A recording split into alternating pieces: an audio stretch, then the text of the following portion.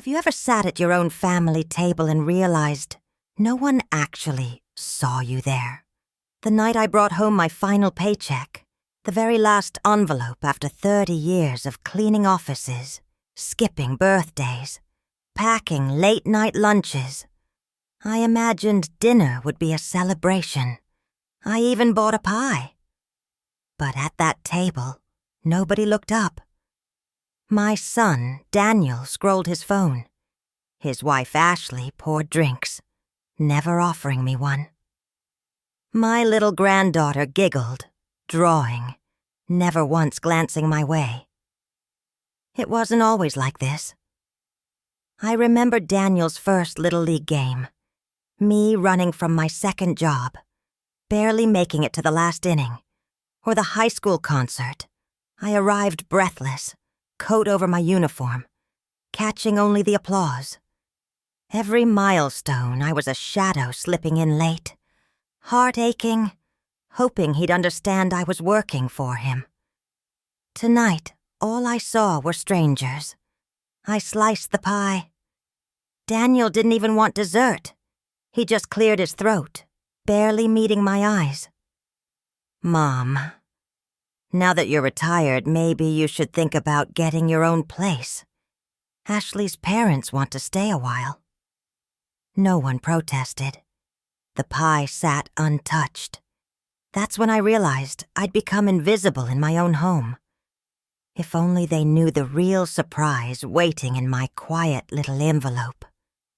Have you ever been more alone than when surrounded by family? People think retirement means rest, gratitude, or at least a gold watch. In my world, it meant I suddenly took up too much space. That next morning, the house hummed with energy that somehow didn't include me.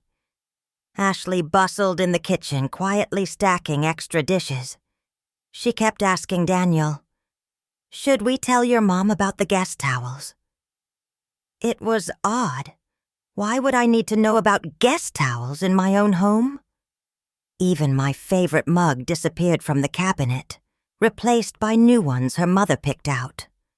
Little things vanished, my slippers from the hallway, the quilt I'd mended for years folded away in a box marked "Donate." Daniel got quieter, always busy, always out. One night, I overheard him whispering to Ashley, "We need her out before your parents come, or there'll be drama." My name became a problem to be solved, not someone to celebrate. At breakfast, Ashley's mother called, loud enough for everyone to hear. "We'll be there Friday, darling. Is the house ready?" I glanced at Daniel, hoping for reassurance. He just shrugged and said, "It's only for a little while, Mom. You understand?" But I didn't understand. I didn't understand why, after 30 years of scraping by, I was suddenly in the way. I didn't understand why my son, who once called me his hero, now couldn't look me in the eye. Why he always seemed on edge whenever I entered the room, his phone flashing with texts he'd never show me. One afternoon, as I folded laundry, I found a crumpled note in Daniel's jeans pocket. "Call about storage unit. Ask Mom to clear the back room." Storage? For what? Whose things were moving in? Then, the real sting. A strange letter in the mail, addressed to Occupant. An ad for a local retirement community. I opened it, hands shaking. "Your golden years should be stress-free. Tour Maple Pines today." Someone had circled the phone number in red ink. That night, I caught Ashley moving my photo albums from the living room to the attic. She looked guilty, then forced a smile. "Just making room, Mrs. Reed." That name, my married name, not Mom, not Eleanor. And Daniel, his moods darkened. He started asking me odd questions. "Do you have any savings? You know, in case you want something nice for yourself?" Or, wouldn't you rather live somewhere with people your age? Sometimes I'd see him checking his bank app, brow furrowed, like money was leaking from somewhere. I tried to remind myself, maybe it's just a rough patch. But something in Daniel's eyes told me he wasn't just worried. He was planning. One night he said, "Don't worry, Mom. Everything's going to work out. You've always landed on your feet." But the way he said it, I wondered, whose feet did he mean? And as I lay awake, staring at the ceiling, I wondered if the real reason they wanted me gone was something I hadn't yet seen. Maybe the last paycheck wasn't the only secret in this house. Would you notice if the people you love started moving you out of their lives? One mug, one memory at a time. Comment if you've ever felt the same. If you've ever felt a storm coming, one that everyone else pretends not to notice, you know how heavy a quiet house can feel. Mine felt heavier by the day. The only things louder than the silence were the things nobody said. Daniel's mood was changing. He moved through the house with a kind of restless energy, avoiding eye contact, taking longer phone calls in the backyard.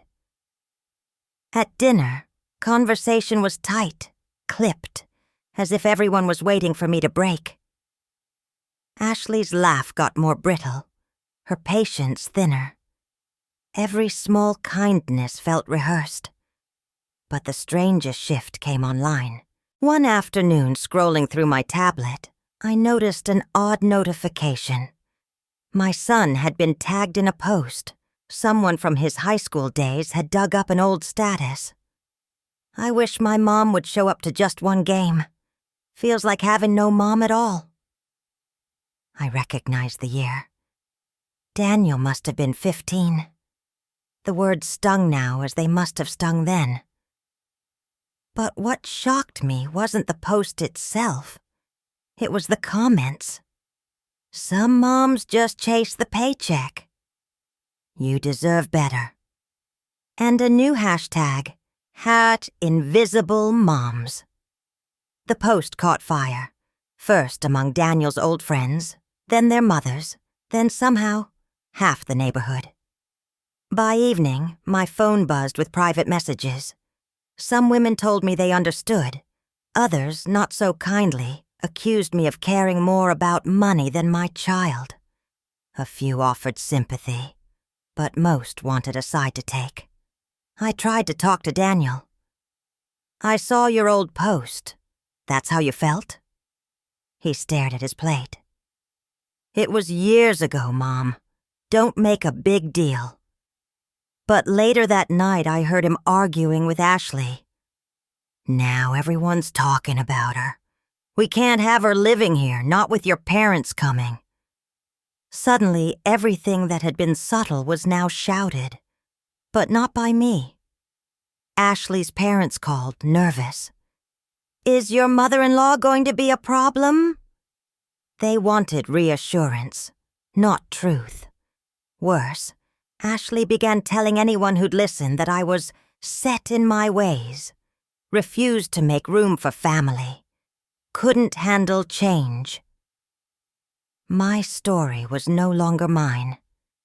Days later, a neighbor I'd always waved to at the mailbox crossed the street to avoid me. Another posted online, "Some people never know when it's time to let go." Gossip spreads faster than wildfire in small towns. But then, a ripple of something else. An old friend from work replied under the viral post. "If you needed help, Eleanor was the one who stayed late, lent you cash, watched your kids for free." Suddenly, others added their stories. I began to wonder if maybe my life wasn't as invisible as I'd thought. Except Daniel only seemed to harden. He stopped coming home for dinner, started locking the office door when he took calls. Ashley, always so tidy, Started moving my things out of shared spaces without asking. First my sewing basket, then my old family photos. Finally my coat from the front hall. The living room began to look less like mine, more like a hotel lobby. One morning, I woke up to find my name gone from the mailbox. In its place, the Reed family. No Mom. No Eleanor. Just a surname that felt like a tombstone. The next week, Daniel sat me down. Ashley hovered nearby. "We've looked at some places for you. Retirement communities. You'd be around people your age. It'd be easier for everyone. You'd have more freedom. We'd cover the first few months' rent." I looked at my son, the child I used to carry home from the park, the boy whose tears I'd wiped after he fell, the man I thought I'd raised to love family above all.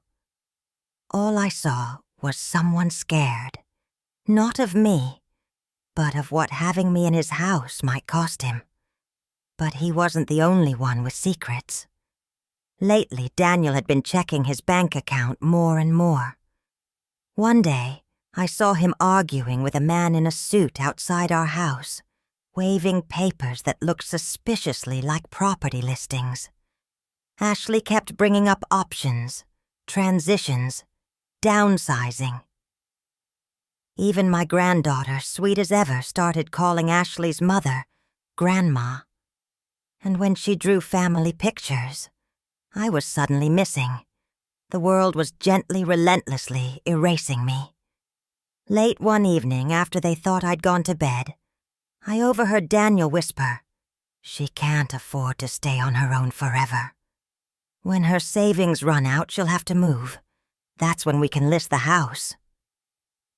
Ashley nodded. "Just don't make her mad. She could make things difficult." It hit me then. Maybe my final paycheck wasn't the only thing they'd underestimated. But I kept my real surprise, my hidden fortune, quiet, and I waited. Have you ever watched your life shrink down to one room, one shelf, one chair? Tell me, when did you realize you were becoming invisible?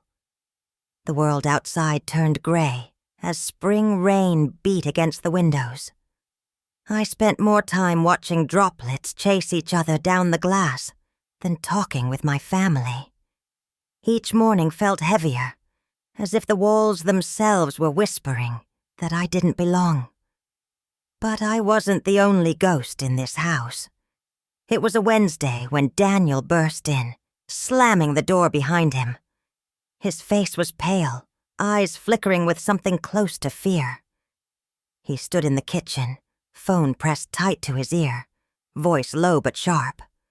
"No, you can't just show up. Yeah, I know she's still here. It's not your business." He hung up, noticing me. He forced a smile, but it didn't reach his eyes. An hour later, the doorbell rang. I expected Ashley's parents, early maybe, or a neighbor bringing more gossip. But when I opened the door, I froze. There he was, my ex-husband, Michael, the man who'd left decades ago, chasing women and fresh starts, while I worked 3 jobs to keep Daniel in school. He looked older, gray hair, new lines, but his smile hadn't changed. It was the kind that hid more than it revealed. "Ellie," he said as if he'd never left. "Mind if I come in?" My hands tightened on the doorknob. "What are you doing here?" He strolled in anyway, dropping his coat over the chair I always used. Daniel hovered, tense, and Ashley, sensing something was wrong, gathered our granddaughter and quietly left for the park. Michael wasted no time. "I heard you're retiring, Ellie, and that you've come into some money. Seems like congratulations are in order." His words, sharp and sweet as old whiskey, filled the room. Daniel shifted, trying to smile. "Dad, it's complicated. Mom's still figuring things out." Michael looked at Daniel, then back at me. "I always knew you'd land on your feet, Ellie. Still, after all these years, wouldn't it be fair if we shared a little? Daniel deserves a good start. I've had a rough run lately myself." I felt the old anger stirring.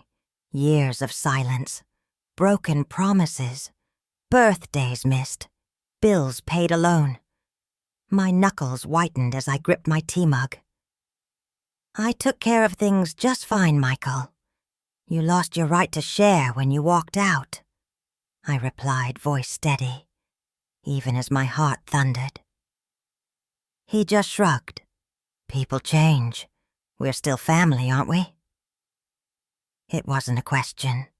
It was a threat, or maybe a test. Daniel sat down beside him, silent. I could see the conflict in his eyes. A grown man, still wanting his father's approval, still resenting his mother's sacrifice. Michael's presence shifted everything.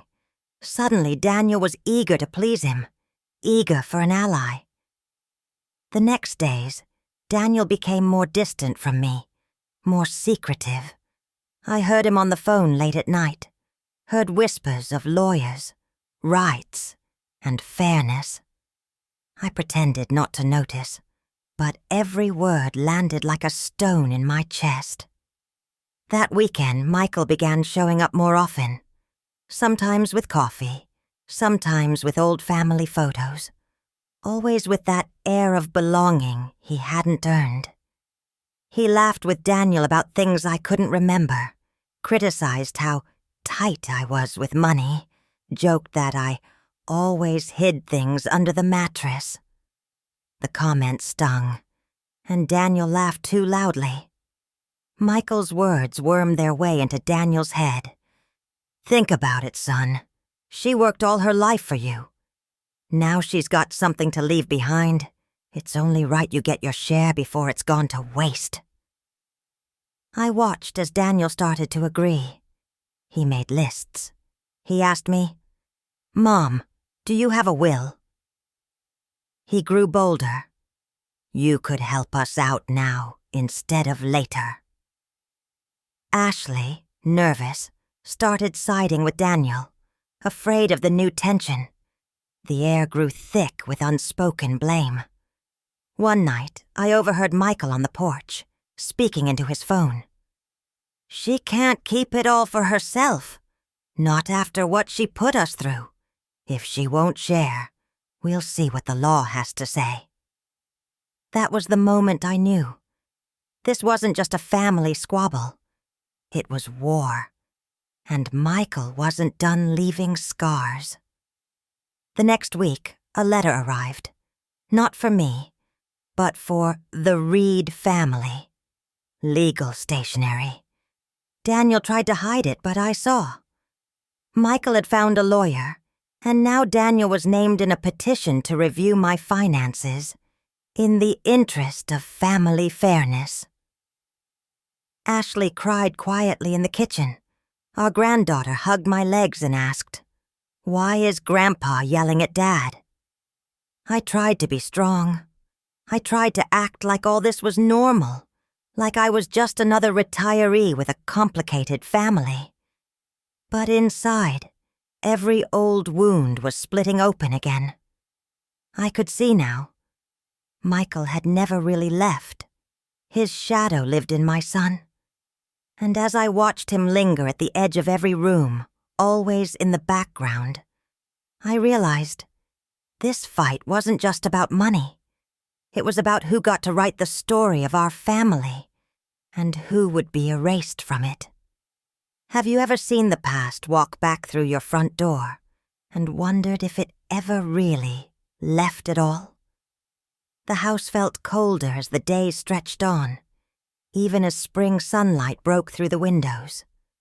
Michael's presence hung over everything, a shadow at the edge of every conversation, a bitterness in Daniel's voice, a tension in Ashley's careful silence. I spent my mornings out of their way, sipping lukewarm coffee and listening to the clock tick, each second a reminder that this wasn't my home anymore. Then came the letter, heavy, cream-colored, stamped by a law office downtown. Notice of petition for financial disclosure and probate review. It was official. Michael and Daniel were contesting my right to my own savings. My heart thudded as I read the words, hands trembling. Ashley tried to comfort me, but she was frightened too. I didn't want this, Eleanor. I thought families were supposed to take care of each other. The days blurred into each other as the legal process wound forward. I was called to meetings, forced to share my bank records, my last paycheck, every insurance policy and retirement account. Daniel avoided my eyes. Michael acted as if he was the one wronged, telling anyone who'd listen about years of sacrifice and what he was owed. Our granddaughter stopped drawing pictures of our family. But amidst the tension, something strange began to happen. Neighbors, old co-workers, even distant relatives started sending notes, sometimes flowers. A former student I'd tutored as a child left a card. You believed in me when no one else did. Thank you, Mrs. Reed. At first, I thought it was pity, but soon I realized a few people in town remembered me for more than a headline or a hashtag. The day of the court hearing, the air buzzed with nerves. Daniel wore a suit, his jaw set. Michael sat beside him, tapping his foot, rehearsing old grievances under his breath. My own hands were cold as stone. The judge, an older woman with kind eyes, read through the files, pausing when she reached the most recent document. My will. Daniel looked smug. Michael sat up straighter. But the judge's expression shifted from curiosity to surprise. According to these documents, Mrs. Reed, you have allocated half your assets, your retirement bonus, pension, savings, into a community scholarship fund for children in need. I nodded, voice steady. That's right, Your Honor. A murmur ran through the courtroom. Michael scowled. Daniel blinked, confused. The judge continued. The remainder, per your instructions, is to be held in trust, to be unlocked only if the beneficiary, your next of kin, demonstrates a genuine commitment to family, forgiveness, and the well-being of others, as evaluated by a council of community members. Is that correct? I met Daniel's eyes. He looked lost. Yes, Your Honor. It's not just money. It's meant to leave something good behind. Michael shot up, voice rising.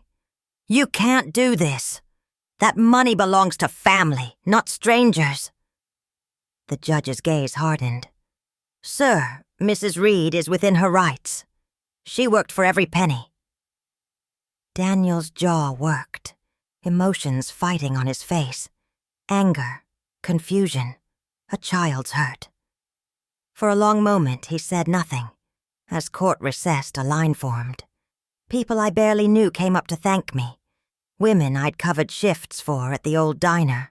A teacher whose rent I once helped pay. Even a man I'd let sleep in my garage one winter when the shelter was full. Ashley pulled me aside, tears in her eyes. I never knew. Why didn't you tell us? I shook my head. Helping people isn't something you brag about. You just do it. Outside, the sky had cleared. Michael stormed off, phone pressed to his ear, cursing. Daniel stood alone, reading the will's conditions again and again, as if hoping the words would change. That night, as the house fell silent, Daniel found me on the porch. For the first time in months, he looked straight at me, not with accusation, but with something like fear. "Mom, what if I can't unlock it? What if I can't be the son you wanted?" I squeezed his hand. Being a good son isn't about money. It's about choosing what kind of man you want to be, even when nobody's looking. But as I sat there in the dark, I wondered if he truly heard me, or if Michael's voice was still too loud in his mind. Deep down, I knew this fight wasn't over. A conditional will isn't just a legal puzzle. It's a mirror for every secret, every hurt, every love we've ever hidden from each other. If you had to prove you deserved forgiveness or a second chance, how would you begin? Would you dare try? If there's anything I learned cleaning other people's houses for 30 years, it's that silence can be loud, and that you can tell a lot about a family by what they hide in their closets. These days, it felt like my own family was a house divided. Daniel moving through the days with hunched shoulders, Michael haunting the porch or living room, never quite in or out, and Ashley tiptoeing around both of them. Even the air was thick with unfinished conversations. I tried to keep my routines, but everywhere I went, I found a trace of my absence. No photos of me in the living room, my slippers boxed away, my laugh missing from dinner. The only time I heard my own name was from our granddaughter, and even she sounded tentative, like she'd heard the grown-ups talk. What none of them seemed to notice, though, was how the town itself had started to change. After the will's conditions went public, people I'd once helped, quietly, in passing, no thanks ever needed, began to show up. It started with a loaf of bread from an old diner friend, then a bouquet on my porch from a neighbor I'd walked home during a storm. One by one, people I'd all but forgotten dropped by or wrote notes. "Thank you, Mrs. Reed, for paying my electric bill that Christmas. My daughter got into college because of your tutoring. My family always remembers the coat you left on our porch." Daniel noticed. He found a letter stuck to the door. "Your mother is a blessing." He tossed it aside. "What's the point now? They never offered help before." But something in his voice sounded less angry, more lost. At the market, a woman I'd barely known approached me. "My brother's boy. You put him through night school. I just wanted you to know." She pressed my hand and disappeared into the crowd. Meanwhile, Michael's frustration was growing. He cornered Daniel on the porch one night. I heard every word through the open window. "You let her do this, you'll lose everything. That trust is a joke, Daniel. She's punishing you." But Daniel didn't answer right away. "She's not punishing me, Dad. She's just done waiting for us to notice her." Michael spat. "That's weakness, not wisdom. Don't let her win." For days, Daniel grew more restless. He called lawyers, tried to find a way to break the trust. But the law was clear. Unless he could prove to the community, publicly, that he'd changed, the money was out of reach. His anger turned inward. He snapped at Ashley. He went for long drives and returned quieter each time. Sometimes, late at night, I'd find him at the kitchen table staring at the blank letter the council had asked for. "Describe what forgiveness means to you." Ashley, caught in the middle, tried to smooth things over. "Maybe you should just write from your heart, Daniel." He shook his head. "I don't know what's left in there." But the community was watching. At the next town meeting, the room was full. people whose lives I'd touched in small, invisible ways, all eager to speak. One after another, they told their stories. She showed up when my car broke down, didn't ask for anything. Helped my mother get on her feet after the flood. Paid the difference on my daughter's prom dress, but told the store to say it was on sale. Daniel sat through it all, growing paler. Michael stood at the back, arms crossed, jaw clenched, his power shrinking with every word. Then, unexpectedly, my granddaughter piped up from the front row. My grandma gives the best hugs. She makes me feel safe. The crowd softened. Even Ashley wiped her eyes. That night, Daniel found me on the porch. He looked small again, shoulders bent not with anger, but with shame. "Mom, was I really that blind?" he whispered. I shook my head, reaching for his hand. Sometimes love is quieter than we want it to be. Sometimes we only hear it when we're finally ready. But before we could say more, Michael burst through the door, voice booming. "You're all fools praising someone who put you last for decades." But the room was with me now. Neighbors, friends, even people I'd never thought noticed, stood by my side. Michael's words fell flat, echoing in a space he no longer owned. He stormed out into the night, leaving Daniel standing, trembling, beside me. As the door closed, I realized my quiet revenge was never about money or winning. It was about finally being seen. But there was still one secret, one truth, I'd kept buried for years. A box of letters, never sent, waiting to be opened. If you had just one moment to speak your heart, would you risk everything for the truth? Some truths don't just heal. They shatter what you thought you knew. After the meeting, with the house finally quiet, I went to the attic for the first time in months. I opened an old shoebox, brittle with years, and carried it down to the living room, where Daniel sat alone, twisting his wedding ring, staring at nothing. He barely looked up as I sat beside him. "What's that?" I pushed the box toward him. "Letters. I wrote them for you, over the years. I never mailed them. I didn't think you'd want them, but now... Maybe you should know the whole story." His brow furrowed as he reached for the first envelope. I watched his hands shake. The room was so silent I could hear the grandfather clock ticking in the hall. He opened the first letter. My handwriting, awkward and hurried. "Daniel, I'm sorry I missed your science fair. I picked up an extra shift after your father left. I wanted to buy you the sneakers you wanted. I watched you sleep that night, clutching your ribbon. I hope one day you'll understand how hard I tried to be everywhere at once." Daniel's breath caught. He read another. "I heard you crying after your first breakup, but I was so tired I fell asleep on the sofa. I wish I'd done better." Letter by letter, the story of our life unfolded, not the version told by gossip, but the one lived in quiet sacrifice, private regret, silent hope. Midway through, a letter slipped to the floor.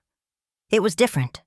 Not my handwriting, but Daniel's, from when he was 8. "Mom, I miss you. Please come to my game. I still love you even when you work." He looked at me, eyes wide, tears finally breaking free. "I never gave this to you," he whispered. I nodded. "But I found it in your desk drawer. I kept it. It reminded me that even when I failed, you still needed me." A hush filled the room as Ashley, our granddaughter, and unexpectedly Michael entered, drawn by the sound of voices and tears.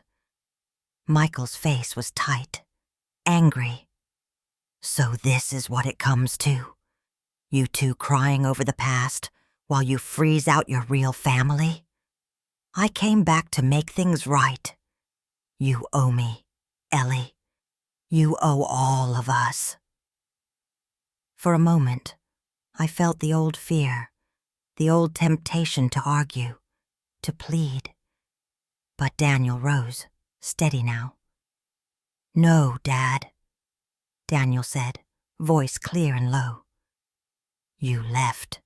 You taught me to chase money, to see love as a transaction. Mom made mistakes, but she never abandoned me. You did. Michael bristled. Don't act like you're better than me. Daniel turned, looking his father in the eyes.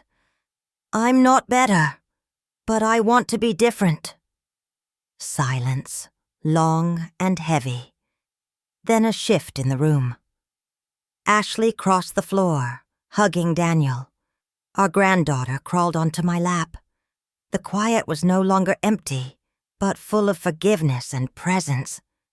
I reached for Michael, offering a hand. You're still family, but you have to choose what kind of family you want to be. He hesitated, then turned away, unable or unwilling to let go of his bitterness. Daniel hugged me tightly, finally sobbing. I'm sorry, Mom. I'm sorry for not seeing you, for making you invisible in your own life. I brushed his hair like I had when he was a boy. We all disappear sometimes. What matters is choosing to show up again. As the family embraced, neighbors and friends drawn by the light and the voices gathered at our porch not to judge, but to bear witness. Some wept, some just nodded. The whole town seemed to exhale. The letters, old and fragile, sat between us, a testament to pain, regret, and the power of finally telling the truth.